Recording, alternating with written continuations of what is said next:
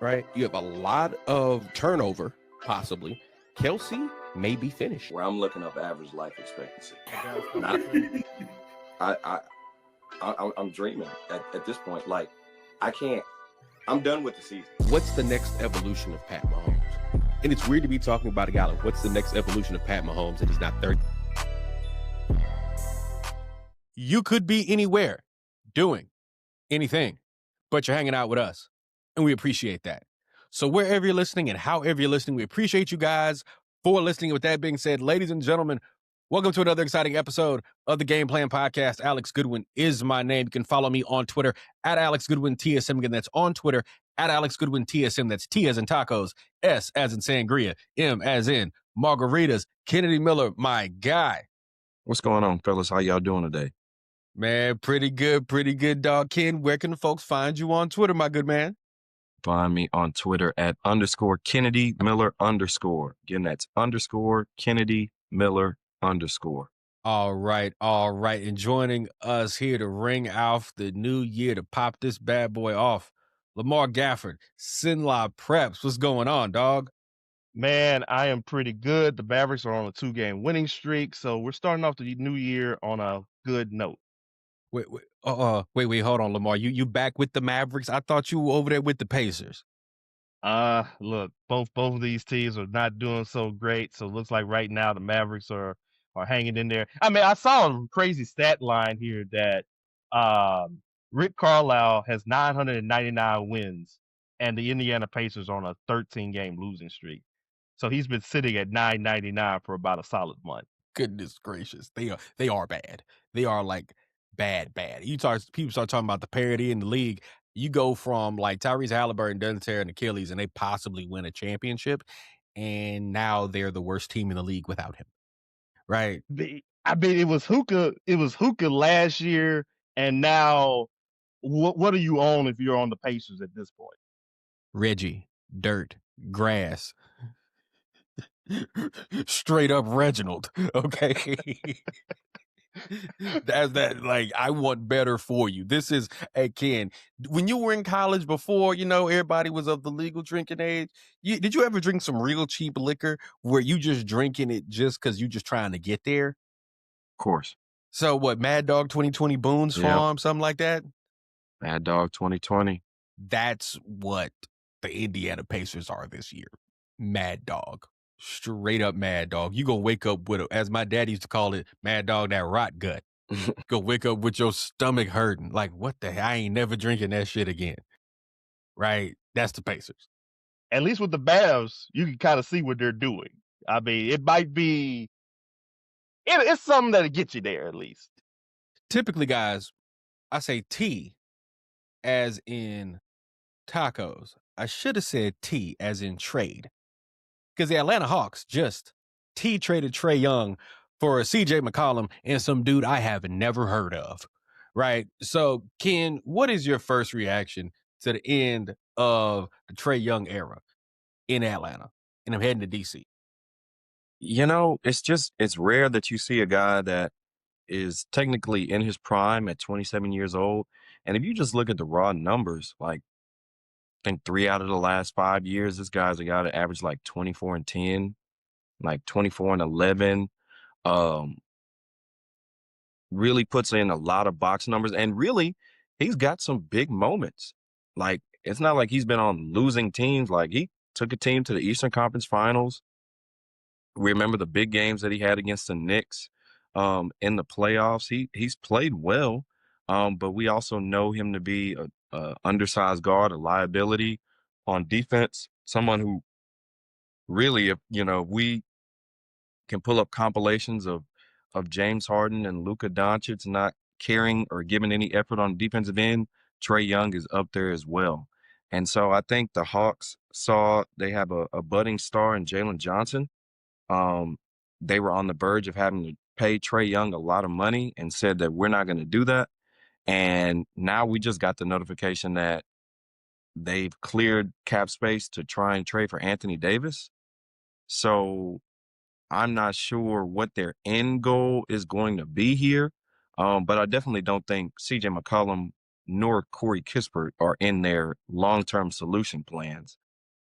As for Washington trading for Trae Young, I don't necessarily get it as well. I feel like they have a young core. I mean, they're not great now, but you got a lot of young pieces because you've been bad over these years. So you got the Trey Johnson kid from Texas. You got the Alex Sarr kid that they drafted last year. You have what's that kid's name? Or what they traded for Cam Whitmore, who's kind of been in and out of the rotation from the Rockets. The Bilal Cullaby guy, like they've got a lot of young guys. So I'm very confused as to why they would trade for somebody smack dab in there, or really just entering their prime and about to land a lot of money. Sure, he's going to fill in some seats. He's an exciting player to watch, but he's not like your franchise savior. Like, I don't get it. Because I mean, you think about the best players that the Wizards have had in our lifetime. Trae Young at 27 ain't better than Gilbert Arenas, John Wall. I mean, really, Bradley Beal at his peak at 27, I think was more impactful than Trae Young. So like, I don't really understand why they would do this deal. But I guess we'll see the end results come soon. What I'm trying to figure out is this might be the first time anybody has been like, yes, I want to go play for the Washington Wizards. That's my preferred destination. Yes. I don't think I've ever heard anyone say that. I don't think, like, it's kind of like to me when the Cleveland Browns traded for Freaky D, right? When has anyone said, I want to play in Cleveland, right? How many times have we ever heard someone say this? Twice, right? Freaky D and LeBron James when he went back, right? And LeBron James when he went back, that's because he from Northeast Ohio, right? Freaky D ain't had no connection to there. He from outside Atlanta somewhere, right? That's why I'm like with Trae Young, given how terrible the Washington Wizards have been like a legitimately relevant franchise, like and competitive in that way one time in my entire life, right? I don't think the Washington Wizards have won 50 games in my entire life. Not once, right? And the most we remember about the Washington Wizards over the past 20 years is when Gilbert Arenas and Javaris Crittenton had Bring Your Glock to Work Day. That's the most we remember about them. And Trae Young is like, yep, I want to play for them, right? Which leads me to believe there is nothing that makes Rayford Young, because that's his real name, Rayford, right? Rayford. I always have to throw that out there, right? Rayford Trae Young deciding he wants to play for the Wizards must have nothing to do with basketball. He must have seen the day parties. That must be why he's out there. He says, shoot, if we ain't gonna win nothing, might as well have a good time. He's like, I've done all I could in Atlanta. Let's go hang out in DC. Because they ain't about to win nothing. You know what I'm saying? Like this is not going to help them win anything. And bringing a guy like Trae Young in, at least to me, if Washington's goal is to be bad, Trae Young, you'll win more games than you need to with Trae Young and possibly miss out on a difference maker, right? Because if you have Trae Young, my thing has been this. If you have Trae Young, you're probably a play-in team, right? With a chance to make the playoffs and get swept, gentlemen swept in the first round, right? Trae Young don't make you a contender, right? So I too am confused. LaMar? Yeah, I'm really confused too. Like I was sitting in the classroom and I got that text saying that that Trae Young, his preferred destination was the Washington Wizards, and I almost fell out of my seat. Cause I'm like, when has anybody ever said I want to go to Washington? I just never have. And I saw one of the messages actually on I think from Yahoo Fantasy, and it says Wizards win fantasy relevance as 4-time All-Star Trae Young is reportedly dealt to the by the Hawks. And I'm like, this is probably, if you're the Wizards, this is the most that anybody has ever gave a damn about you since the not the Gilbert Arenas, but since the John Wall era basically ended. I mean, not even the year of Russell Westbrook was like this or anything else like that. So if you're like you said, if you're the Atlanta Hawks, first off, Zachary Ricochet, get ready to learn Dallas Mavericks, buddy, because I have a feeling that you're probably going to be the one that's going to go to Dallas in a trade for Anthony Davis, if that's the case. But I do like what the Hawks have to bring here. At least they got something. At least they got something to work with. Like you said, Jalen Johnson, you got Porzingis, you got a bunch of young pieces out there. I can see what they're trying to build out there. And of course you got some of those expiring contracts there that can really help them go forward into the rest of everything. Um like I said, for the Wizards, I just don't see it. I mean, yes, he's a box office Trae Young is a box office draw, but unless you're probably thinking about keeping Chris Middleton, I mean, what are you doing? And like I said, if let's say Trey gets to be too good here, where the Wizards have to trade that pick away to the Knicks here because it's top 8 protected. Now you basically have had a bad season for what? Nothing. So I I just don't get it. I don't get it. But hey, the Wizards, they will always be perpetually bad, and those are the type of decisions right there that bad teams continue to make. Well, I mean, I will say this. I do like people aren't going to Washington not because it's like Washington is a bad town. You know, like people say that about Cleveland. Like who wants to be a millionaire in Cleveland? Like like you said, you can do some things as a millionaire in Chocolate City.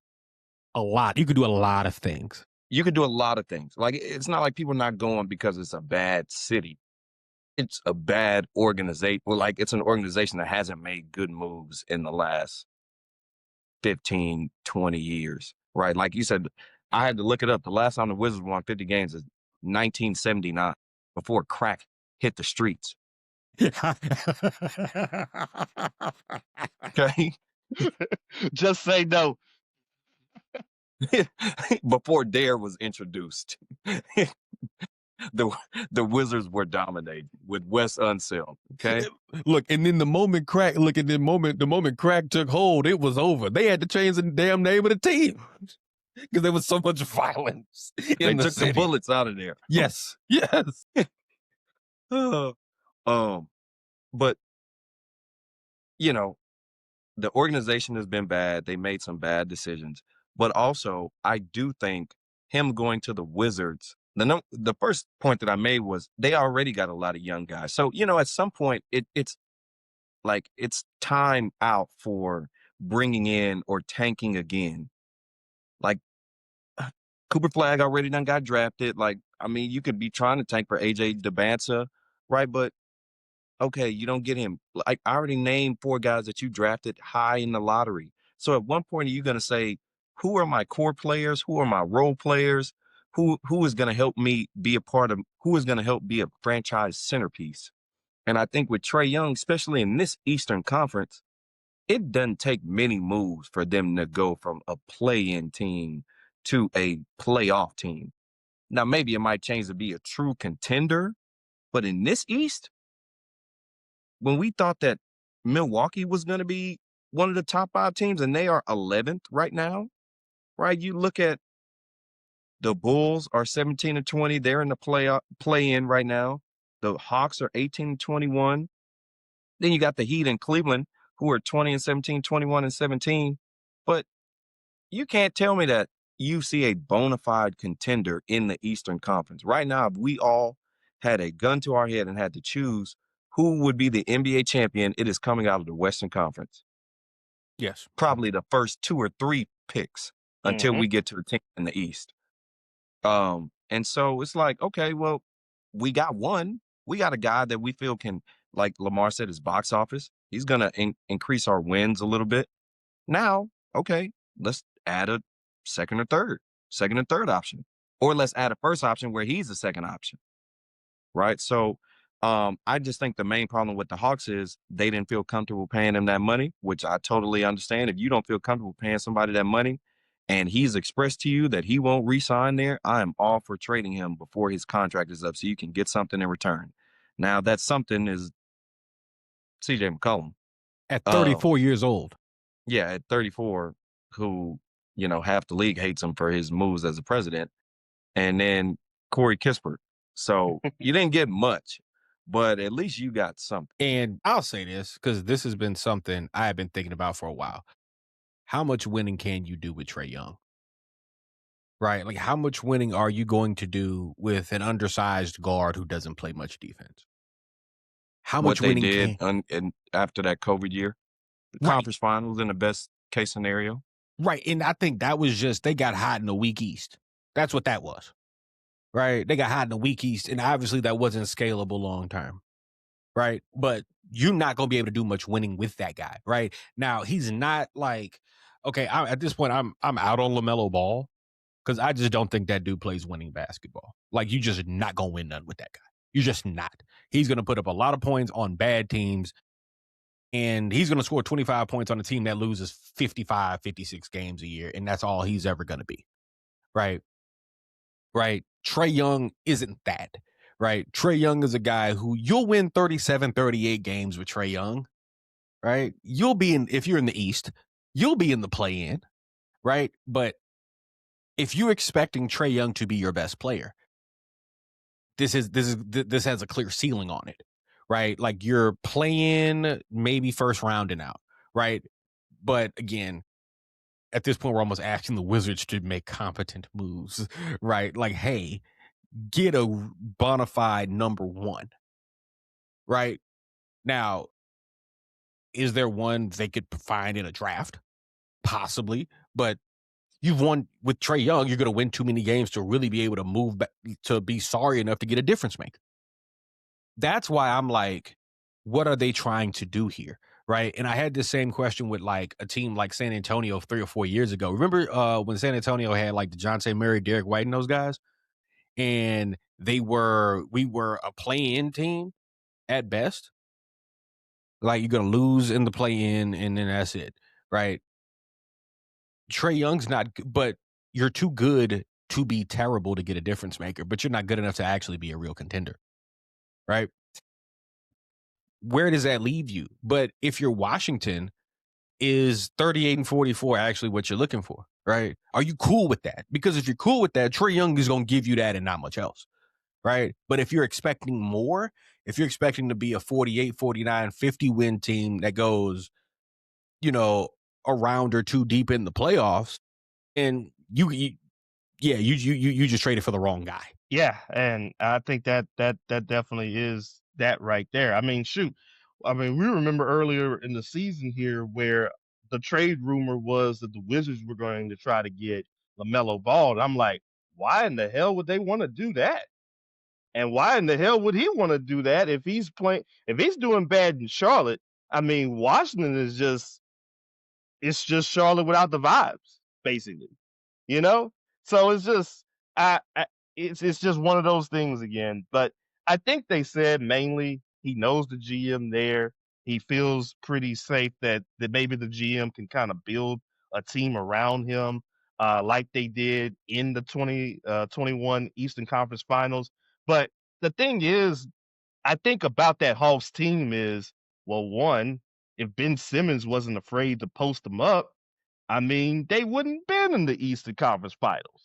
So it's just one of those things. But I mean, again, we'll see here what Trey can do. At least he can get people involved into games with his assists and everything else like that. But he has to have a competent team around him in order to do that too. And they have tried to do that before. DeJounte Murray. I thought they were going to keep him especially with Porzingis. I mean, I thought that was the perfect player that he really needed out there. Same. But unfortunately, now it just winds up here that the Hawks got less in return for Trae Young than the Mavericks got in return for trading away Luka Doncic. Think about that for a minute. And those players were traded for each other on draft night. Talk about, you know, we always look back on draft night and talk about, oh, well, you could have had this person, you could have had that guy, right? That entire 2018 draft, right? Now, again, I understand why Phoenix didn't take Luka Doncic number 1. That makes sense. Look at DeAndre Ayton. I would have taken him number 1 too, right? Yes. Now, everybody after that, Sacramento, Marvin Bagley, who I thought was going to be Chris Bosh. Boy, was I I wrong. thought Marvin Bagley would be good too. I whiffed on that. Yeah, Marvin Bagley, a whiff. Trae Young, like if you're Atlanta, right? You make the, you know, you decided to, you thought Trae Young was a better option. Obviously, Luka Doncic would have been the better option, but I'm gonna let you in on something. Maybe it was good. Maybe God knew Luka couldn't handle Atlanta, Georgia. Because look here, if Dallas had him out all night long, smoking hookah, drinking beer, eating chicken wings, Luka would, man, look, Luka at Magic City, good God. They would have been some Luka lamb chops by the time they was done. Some Hennessy flavored lamb chops by the end of it. Okay. Be glad Atlanta didn't draft Zion because, but never mind. My God. Oh God. My God. Yo, man. Yo, no. We're right. We're gonna be right here. No, that man, Zion Williamson. Somebody has to take his phone from him. Somebody needs to take his card from him because forget he can't stay healthy. He's out of shape, man. He got to stay off OnlyFans. He has to. Like, this brother has a problem. Okay. In the words of Quanell X, this brother needs psychotropic medication. I mean, for those that don't know, we won't indulge. You'll just have to type it in on Twitter. Just type in Zion Williamson, and you'll see the things that come up because it is nothing on the court. I mean, we've talked enough about the weight issues and the diet and all of that, but some of his habits off the floor, he needs help. Serious help. Because I'm like, brother, I just hope this one isn't tattooing his name on her face and going on the internet going crazy for 3 or 4 weeks in a row. I just keep wondering, brother, where did you find these women? I mean, we know where you found them. We know where you found them, brother. Zion need to go to Siberia or something. You know, Ken, when you was a kid, you ever got grounded so bad your mama said all you do, you go to school, you do your work, you go to tutorials, you come back to this house. You ain't going outside to play. You ain't going to practice. Look, you're going to church because you need the Lord, right? But that's the only places you going. That's what someone needs to do with Zion Williamson. You go play basketball, you come home. You don't need no internet, right? They need to treat him like somebody that don't need bail, that they just let out of jail and is on like $10 million bail, right? Because I ain't go front. When when Diddy was trying to get bail after he had gotten arrested, he was prepared to put up $50 million bail, and he told the court that he would not have access to a phone or the internet or anything like that. That's the way Zion Williamson need to be living. He don't need to have a phone. He don't need to have access to the internet. He don't need none of that. Okay, because clearly it don't seem like this man can handle it. It just don't. Yeah, I mean. Yeah, it's bigger than basketball. It's bigger than basketball. Like I don't even know what else to say. Because I like my job. So I don't want to get out of line. That's a sick brother. That brother starving. No, hold on. Hey man, what dollar bill saying Players Club? Y'all get back. This is ill. Yeah. That's Zion. Zion's ill. He needs help. A lot of help.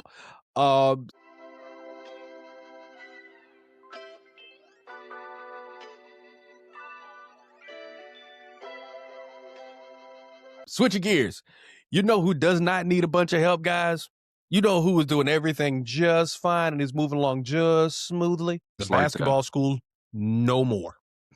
And then now Mark Cuban throwing some bags around like you said. Hey, dog. we're gonna have to like they're gonna have to contend with this, right?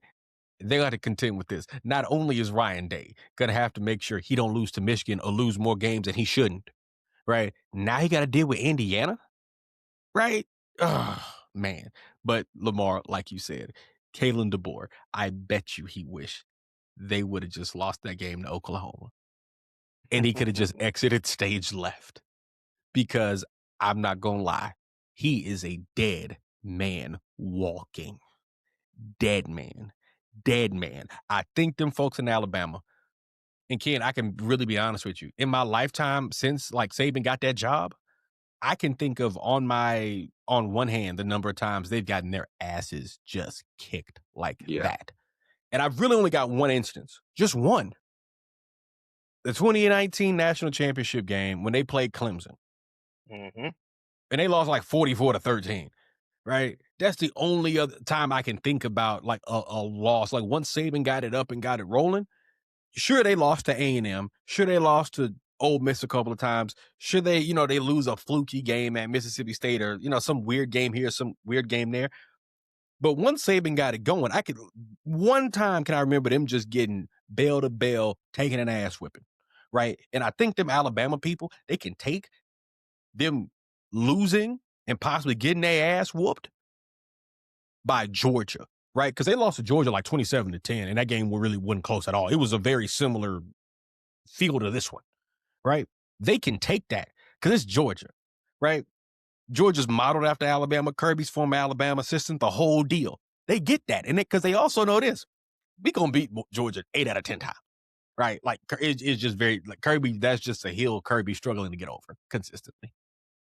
What they not going to abide by is getting their ass whooped by Indiana. No. Oh, no. That. And can you blame them, LaMar? Can you blame them? No, because in the last 2 years, Kalen DeBoer has lost to Indiana and Vanderbilt. And can you imagine saying that as an Alabama fan, that they lost to Vanderbilt 1 year and then turn right around and lost to Indiana the following year?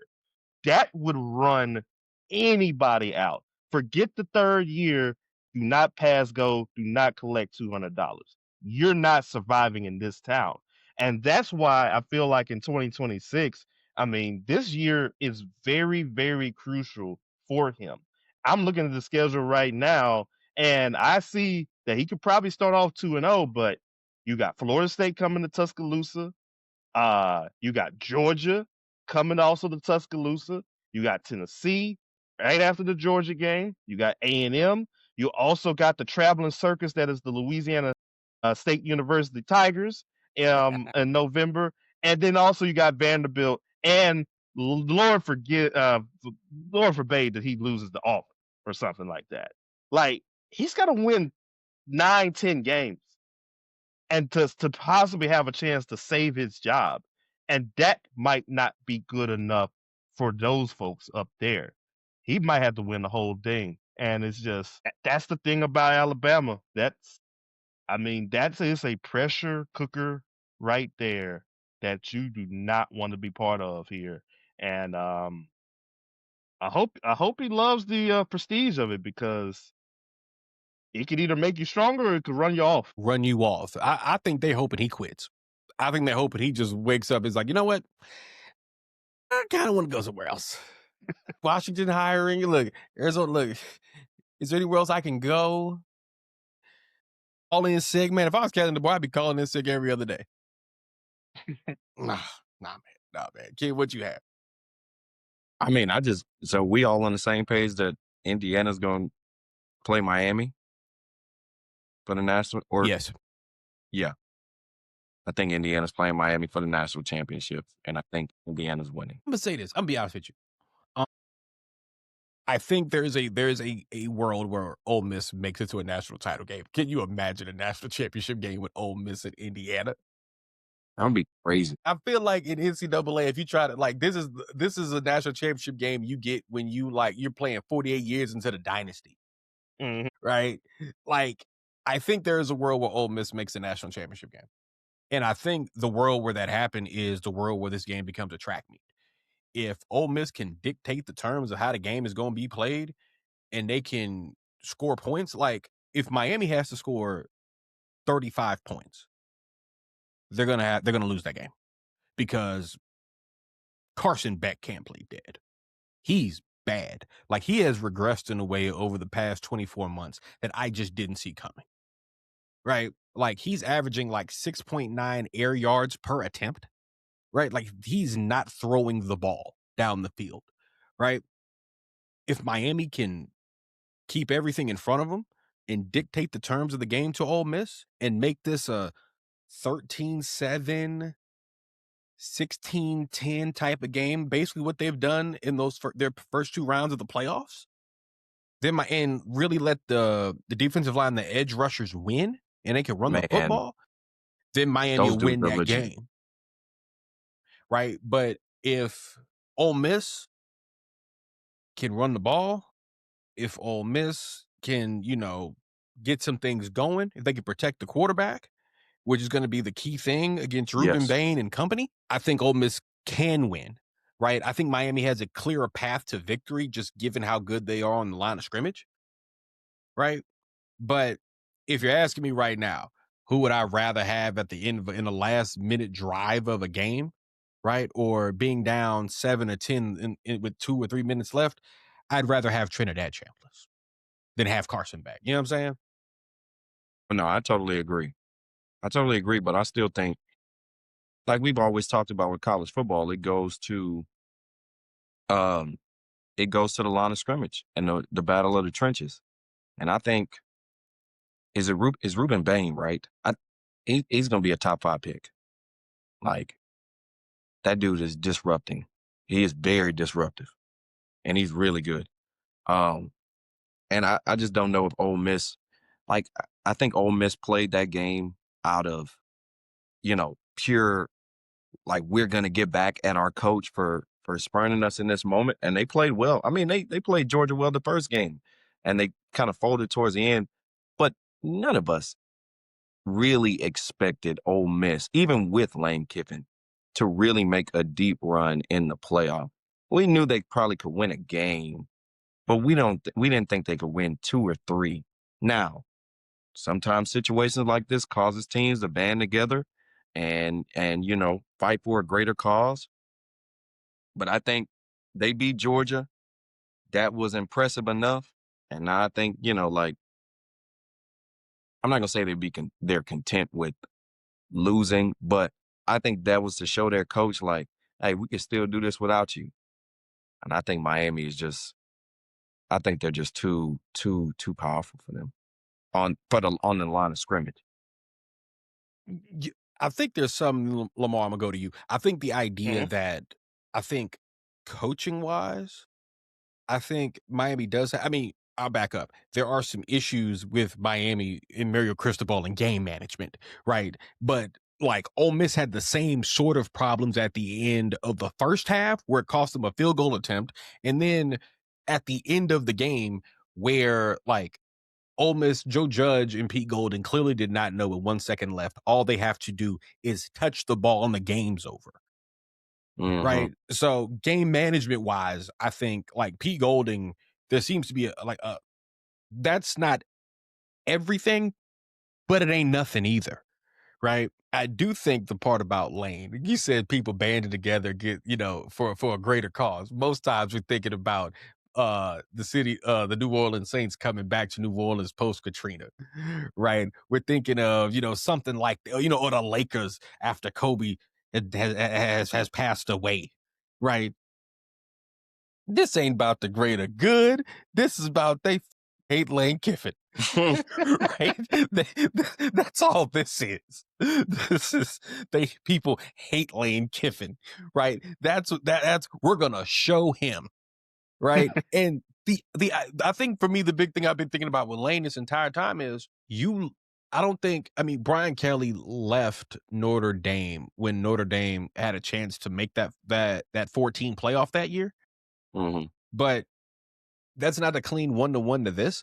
But we all knew Ole Miss was going to be a playoff team, and we thought, all right, they got a chance to go. They're at least going to go 2 rounds deep, right? Lane clearly didn't think this was possible. Lane clearly didn't believe the team that he put together had a real chance to win a national championship. Because if he did, there's no way you would have left, right? Like Lane himself must have believed that what he had been doing at Ole Miss was fool's gold. I fully believe that Lane really didn't believe. Lane's selling us this stuff, but Lane really don't believe in his own product. You know what I'm saying, LaMar? That is a good point to kind of bring to it. And I saw something on Twitter, I think on New Year's Day, where they kind of compared it to the Family Guy episode with the mystery box. Like you have a boat right here where you know this possibly has a chance of going into the national championship game, but you take this job at LSU out of a possibility that what's inside that box could be a national championship or it could be nothing. Now, I bet you I wouldn't be crying for Lane Kiffin because shoot, every single time that Ole Miss comes out here and wins a round, he's getting extra money on top of what he's getting. So I'm not crying for Lane Kiffin. He continues to also tweet the Trinidad and Tobago flag for Trinidad Chambliss as well, and probably there might be some tampering going along with that, but hey, to each his own, right?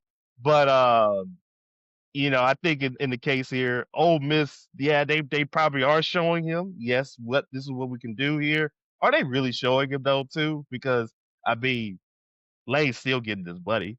I mean, regardless of that thing. Um, this is probably going to be the interesting game for me between Ole Miss and Miami because Miami does have some dudes. Cristobal, as we said, decent coach. Unfortunately, time management kind of hurts him a little bit in these cases.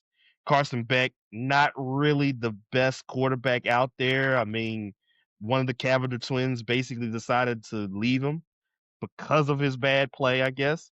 But I just think the winner of this game is just going to get steamrolled by Indiana. And, sorry, Agreed. Oregon. I mean, I think Oregon is really good, but I mean, they already lost to this monster in Indiana before, and I don't know if they want that again.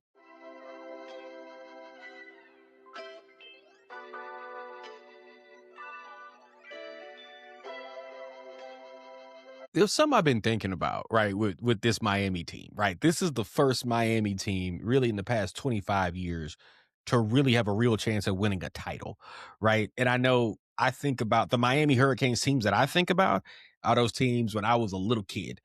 That 99 team, that 2000 team, that 2001 and 2002 teams, right? The ones with Andre Johnson and Reggie Wayne, where Frank Gore was like third stringer, Ed Reed, and them boys was wild, right? Those are the Miami teams I think about, right? This Miami team does not feel like a Miami team, like you think a Miami team would feel, right? I don't quite know why that is.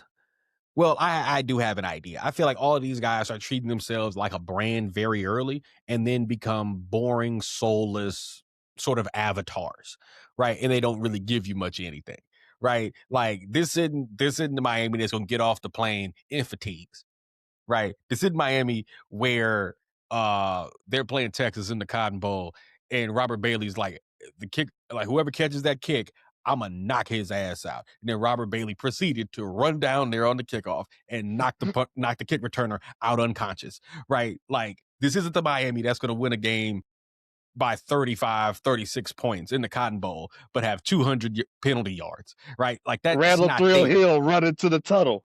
Yes. Yes. This is not that type of Miami team. The only way, but that Miami energy is there, though, Kennedy Miller. It is there. And one person is bringing that OG Miami energy, right? Oh, geez. Michael Irvin. Yes, Michael Irvin. He's the one person we can count on, right? Ken, yes, this feels very reminiscent. Ken, do you remember a couple of years ago? Can you remember a couple years ago in the playoffs when I told you I want the Memphis Grizzlies to go to the NBA Finals, right? not because I just love watching Ja Morant play, even though he was he was phenomenal those couple years, right? It was really so I could hear 15 to 20,000 people in unison in Memphis holler, whoop that trick, right? I'm having a similar sort of thing with the Miami Hurricanes and Michael Irvin whipping the Gatorade bath. I want to see it, right?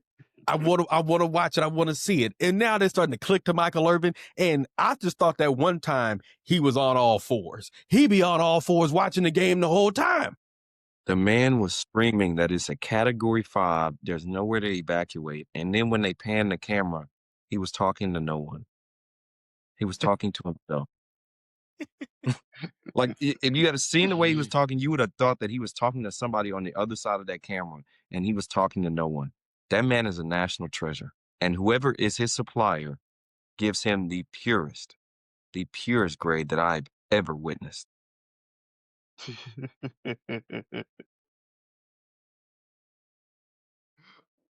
One of my friends actually sent to me. I was like, I said, hanging around with Michael Irvin takes you 2 or 3 days to get back right. He's like, football will be bad after his brain is studied. And I'm like, Yeah. it's not the CTE, man. It's just the pure cocaine. It's a combination. It's a combination.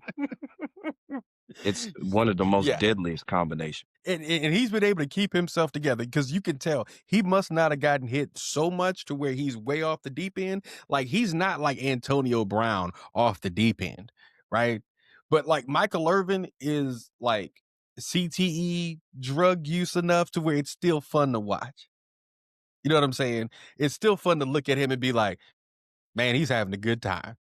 Right? Like Michael Irvin, the way Michael Irvin kicks it, you know how people have a bachelor party and people like, man, that bachelor party was wild. Right. And you that just was just can't, like you that can't do one it every weekend. day. You just can't do it every day. Yes. Yes. Like Michael Irvin does it every day. He's one of them dudes, like, if you see him once a month, man, that dude is a fun time. But if you see him like 2 times a week, how are you still doing this? Yes. Yes. Because like somebody tweeted like, and you know that it's a real story because it sounds just like him. They saw him on the street and was like, "What's up, Mike? You know, I went to the U." He said, "No, brother, we're family." And he said, you know, he just kind of thinks like somebody's just saying something like, "Oh, yo, okay." He's like, "No." Then he grabs me by my shoulder and said, "We are family." He makes me take a picture with him. I'm like, yeah, that checks. That's Michael Irvin. That seems exactly like something that he would do.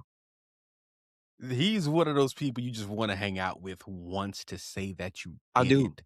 Right. I really do. He's one of those folks, like I could think of a handful of people that I want to hang out with one time, right? Because you're like, yo, I'm sure this is wild, right? Like for me, it's a couple of people. Rick James, like 1981, 82, right? That's one of them. Prince is another one. You just want to hang, right?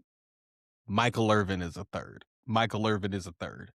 But if you're going to hang out with Michael Irvin, you need to make sure you have a couple of things with you. You need to make sure you have bail money and a lawyer on retainer because you're going to need both of them once you get done hanging out with Michael Irvin. Oh, I'm sorry. And probably like be close to an emergency room because you're probably not used to doing that much cocaine or any at all. Good question for both of y'all. Who you think does more coke? Tony Montana, Mike Irvin? Michael Irvin, easily. After the Cowboys won those Super Bowls, I'm not sure. I'm not sure that a Guinness record wasn't touched. Like, it's got to be Mike. The man was on all fours. Yes. But like he's 60 years old. Do you guys understand that? He's 60 years old. First of all, he's in immaculate shape. Like, he's still built, dripped in sweat. Don't forget about the times he was on First Take, dripping in sweat. He slapped Stephen A. on the butt. Yes. Can you imagine how intense you got to be it more intense than Ray Lewis? And that's an Ray, intense dude there. yes, Ray Lewis. Like it was kind of like I don't know if you've seen it. That time Kanye West went on InfoWars with Alex Jones, and Alex Jones was looking at Kanye West like, and he was like later he was like, yeah, man, Kanye got a weird thing with Hitler, man. It's kind of strange, right? He's like, yo, this is Alex Jones saying this. You really way out there, dog. Ray Lewis probably look at Michael Irvin like that. Ray Lewis probably like, damn, can he calm down? He need a Valium or something. But don't pull out the knife, Ray. Sorry. That's uncalled for. Wow, brother. Allegedly. Hey, Allegedly. I was about to say, look, see, wow. Look, you didn't send us to hell talking about Zion. So sorry. So sorry.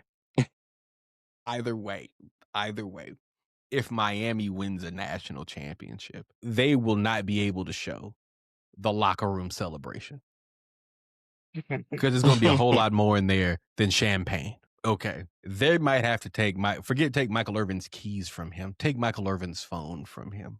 Just take everything from him, right? And just let Michael hole up for a couple days. Do his business, and then be good. But yes, shout out to the Miami Hurricanes.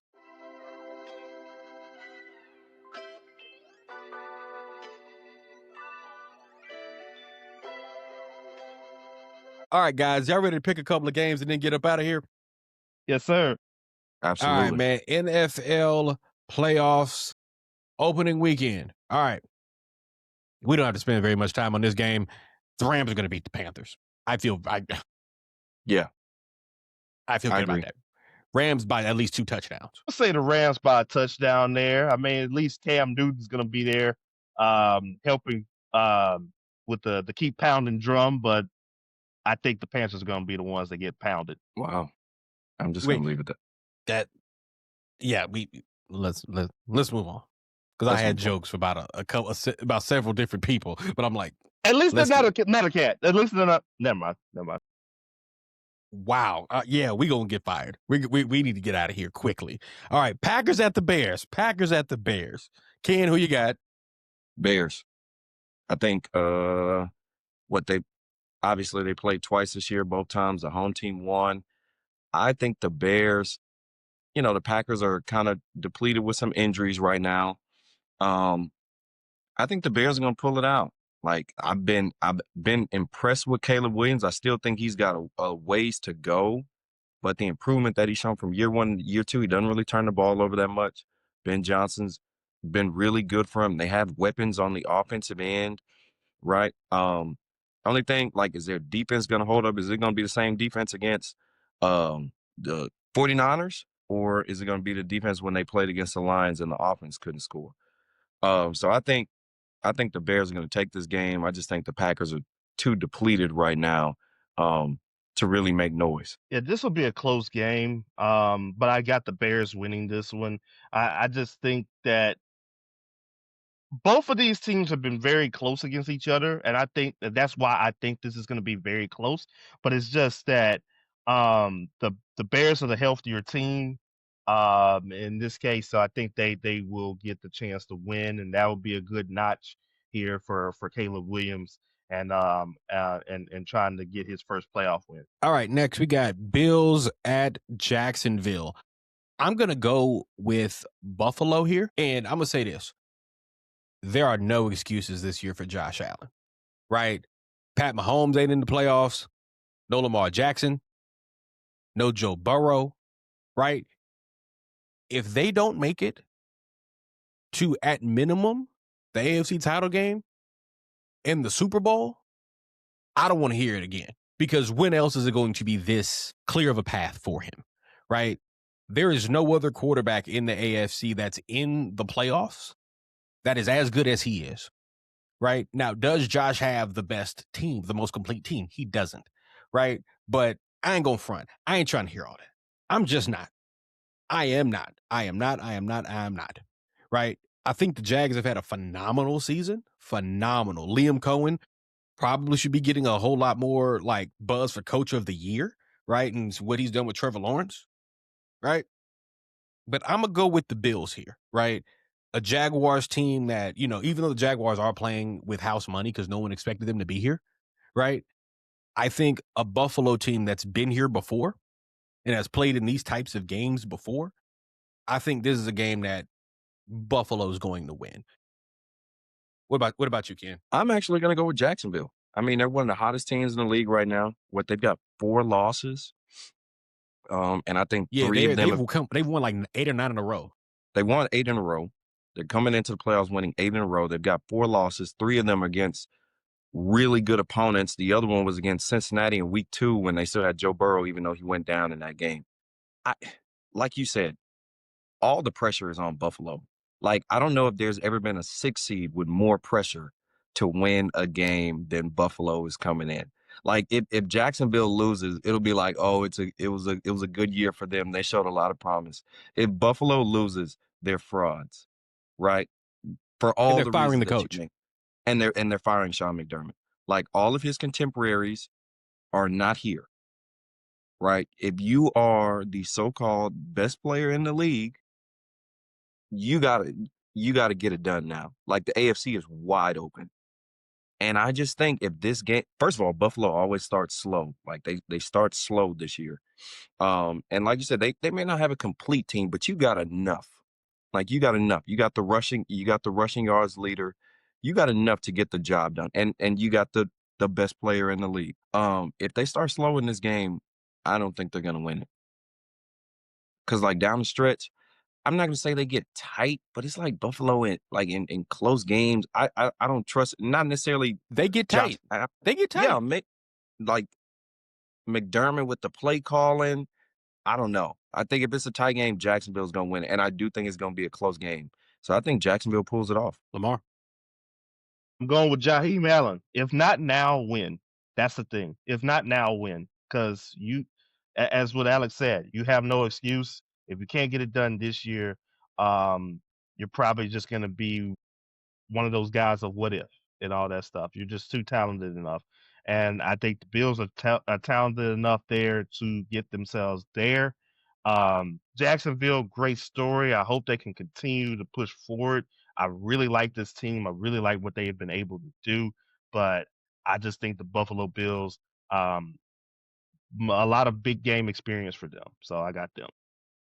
All right, next we got San Francisco traveling to Philadelphia.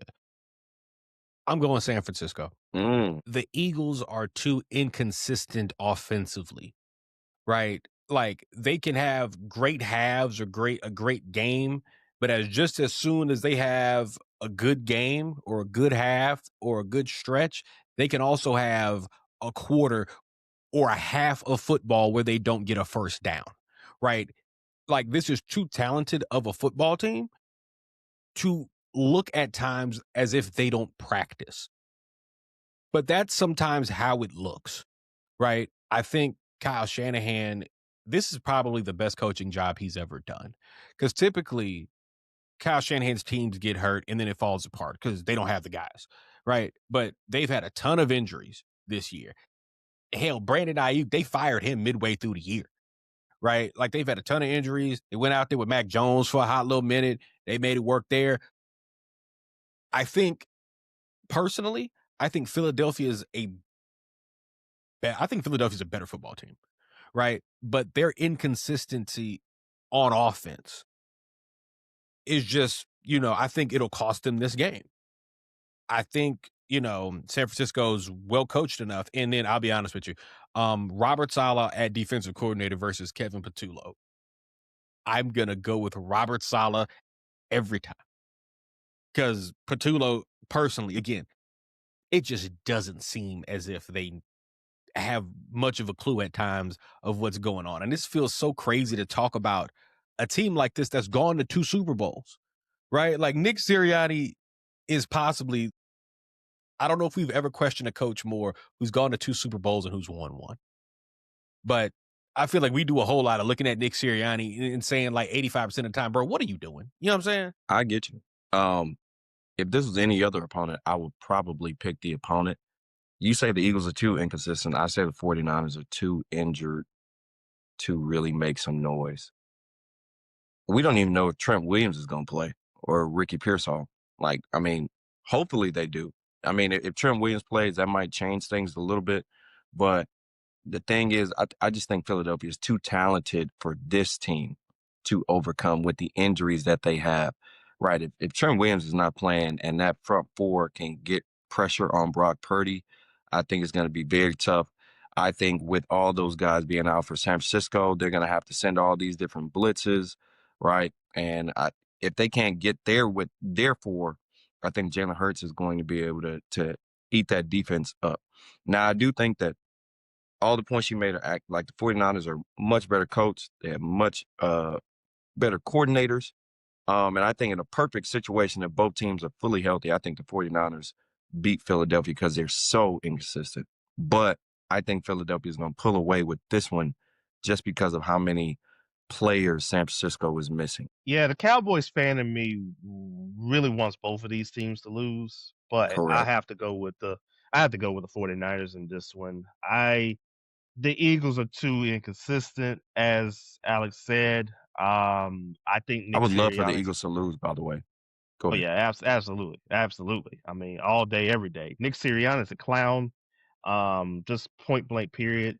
I just I mean, and I had the Eagle offense on one of my fantasy teams, and they did not do too well, mainly because of their offense basically sputtering. It's like you have a Lamborghini, but yet you chose to drag it through the mud like it's a Ford pickup truck.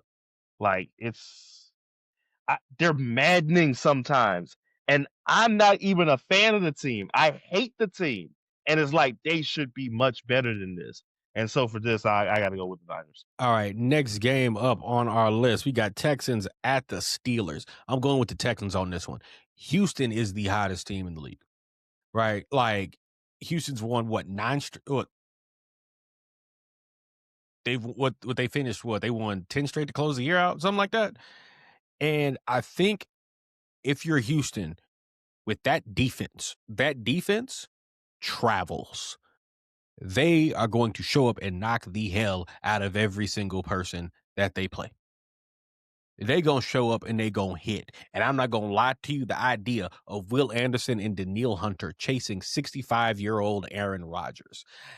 If I was Aaron Rodgers, I'd rather get chased by the police. I'll be honest with you. I'd rather get chased by the police. Right? Given that and the fact that the Pittsburgh offense really doesn't scare me at all. Right? Like it's really nondescript. There's really not much DK Metcalf scares me. But I feel like Houston's got two great corners. Lassiter and Stingley. Houston can stop the run. Houston can rush the passer. And Houston has finally been able to figure out something on the offensive line things are able to be a little bit more functional. Right? I'm going with Houston by 10. I'm going with the Texans as well. I just don't see it. I don't think Pittsburgh has enough for all the reasons that you named. That defense is legit. Aaron Rodgers doesn't have many weapons outside of DK Metcalf. It's going to be a lot of short, quick passes. And like you said, their DBs are really good. And Pittsburgh is another team that's got some injuries. I think their tight end broke his arm last week or the week before that, the Washington dude. So, I just don't think they have enough, and they barely squeaked in as it is. I think the Texans are going to win this game. Yeah, Texas is probably going to definitely will win this game here. I just think the Steelers are on borrowed time. I believe in Coleridge, Bernard Stroud, the fourth. Last one. Patriots and the Chargers. Ken, who you got? So this is another one that, if in a perfect world, I would probably go the Chargers. But so many injuries, especially to their offensive line. I think the Patriots are going to win this game. They're at home, right? I think that the Chargers have a better coached team, and I think if they were fully healthy, I would definitely pick the Chargers. But the Patriots are one of the best teams this year. They did benefit from playing a very easy schedule, but I think they can pull it out against this version of the Chargers team. So I'm going to go with the Patriots. I think the Patriots win this one much closer. I do like the fact. I think the fact that this is the night game instead of the 1 o'clock to 12 o'clock game bodes better for the Chargers in this case, where I think they'll probably be able to put up a little bit more of a fight against the Patriots. But I think when it's all said and done, I think the Patriots just have a little bit more firepower. We never know about these Jim Harbaugh teams. I mean, I think they're going to be really, really, they're going to give a good fight here in this case. But I just think when it comes down to those two, I just think the Patriots just are a little bit better in this case here. So I got New England in this one. Agreed. I'm going Patriots by 10. And that is another episode of the Game Plan Podcast. Kennedy Miller, my guy. Always a pleasure, fellas. Always a pleasure. Where can the folks find you on Twitter, dog? Find me on Twitter at _Kennedy Miller _. Again, that's _Kennedy Miller _. All right. LaMar Gafford, my guy. Let the folks know where they can find all your work. We're getting into basketball season. And, you do softball and stuff too, right? You cover that too? Yes, I do. Yes. So let the folks know that are in Louisiana, Central Louisiana, or the folks like us here at the Game Plan Podcast who don't know none of these kids from a can of paint, but they just want to support you, big dog. Let the folks know where they can do that, man. Absolutely. So once again, you can find me on Twitter all at LaMar Gafford. That's all in one word, at LaMar Gafford. You can find me on Instagram, primetime2832. You can find my writing on sinlapreps.com. We are closing out, obviously, our fall seasons with a lot of our all Sinla awards, especially in swimming, cross country, and football. And then, of course, we got some good basketball coming up, where I feel like I'm actually going to get a chance to watch one of our top teams, Peabody, take on Ruston, that has one of the top basketball players in the state, and also Karl Malone's grandson, who's also a pretty solid basketball player. So that's going to be a very, very interesting. Yeah. I'm sorry to this young man. Sorry to that young man. Yeah, sorry to him, but I mean he is at least Cheryl Ford's son, and I think he's a very good point guard, and Ruston's a good team. So that's gonna be amazing just to get a chance to see those two teams face against each other. If you see Karl Malone, LaMar, I'm gonna need you to call the law. Will do. I'm gonna need you to call the law. But you guys can follow me on Twitter at Alex Goodwin TSM. Again, that's on Twitter at Alex Goodwin TSM. That's T as in tacos, S as in sangria, M as in margaritas. Don't forget to follow the Game Plan Podcast on our official Instagram. Again, Game Plan Podcast, our official Instagram page at _ the Game Plan Podcast. Wherever you're listening, however you're listening, we appreciate you guys for listening. For LaMar Gafford and Kennedy Miller, my name is Alex Goodwin. This has been the Game Plan Podcast. We will see you guys next time. Take it easy.